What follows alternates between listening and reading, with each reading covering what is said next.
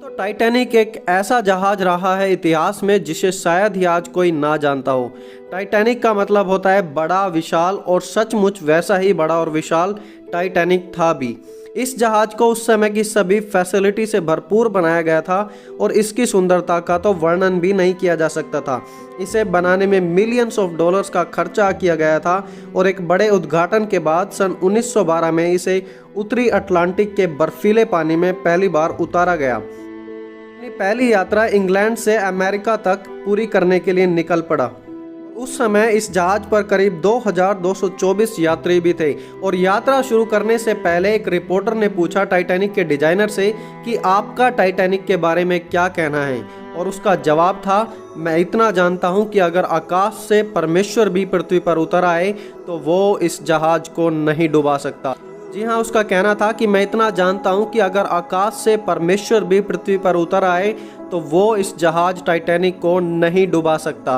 इतना आत्मविश्वास था उनको अपनी रचना में, क्योंकि वो सोचते थे कि हमारे पास सभी फैसिलिटी हैं और यह जहाज बहुत ही मजबूत है। लेकिन समुद्र में 2-3 दिन यात्रा करने के बाद अचानक ही टाइटैनिक को रेडियो के द्वारा चेतावनी मिलने लगी और उन्हें बताया गया कि आगे बर्फीली चट्टान है और टाइटैनिक को एक बड़ा खतरा है। एक के बाद एक 6 चेतावनियां उन्हें लगातार मिली, लेकिन कप्तान स्मिथ ने सोचा कि यह जहाज तो इतना विशाल है कि इसे कुछ हो ही नहीं सकता और हम इसे मैनेज कर लेंगे। लेकिन थोड़े समय बाद जहाज बर्फीली चट्टानों से टकरा गया और आगे का हिस्सा धीरे धीरे टूट गया और जहाज में पानी भरने लगा।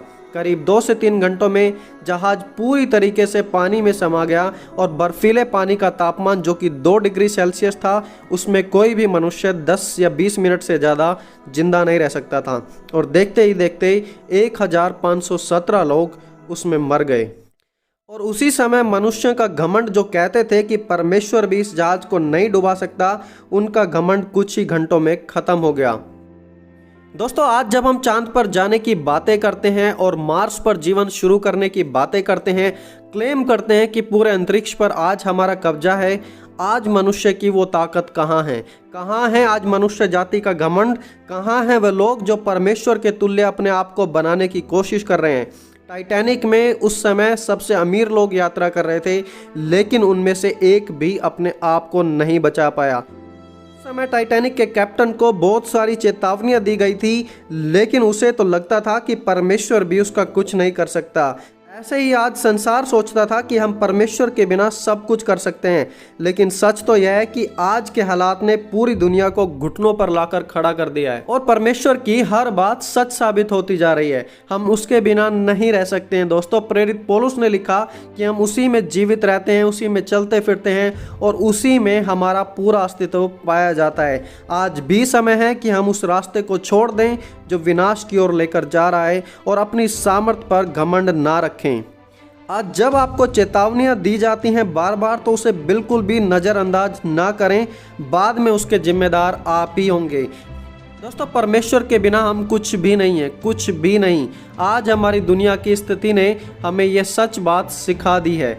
और मेरे दोस्तों, आज जो आप इस वीडियो को देख रहे हैं, याद रखें कि हम परमेश्वर के द्वारा तो सब कुछ कर सकते हैं, लेकिन उससे अलग होकर हम कुछ भी नहीं कर सकते। प्रेरित पौलुस ने कहा, जो मुझे सामर्थ्य देता है मैं उसके द्वारा सब कुछ कर सकता हूँ। टाइटैनिक बर्फीली चट्टान से टकराया और चूर चूर हो गया और उसका कुछ भी नहीं रहा। यीशु ने कहा, जो मेरे वचनों को सुनता है वह चट्टान पर घर बनाता है और कोई भी आंधी, कोई भी तूफान उसे कभी नहीं गिरा सकता।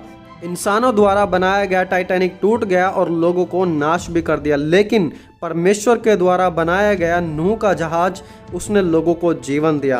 और दोस्तों, आप इस बात से अंदाज़ा लगा सकते हैं कि अगर प्रभु की आशीष है तो एक लकड़ी भी लोहे से मजबूत है, और अगर प्रभु की आशीष नहीं है तो लोहा भी लकड़ी से कमज़ोर है। और यही फ़र्क था नूह के जहाज में और टाइटैनिक में। तो इसीलिए दोस्तों, अपने आप पर घमंड करना छोड़ दें और प्रभु पर भरोसा रखना शुरू करें। प्रेरित पौलुस ने कहा, जिसे घमंड करना है तो वो प्रभु में घमंड करे और उसी में बढ़े। और दोस्तों, इस चैनल के माध्यम से हम प्रभु में बने रहने के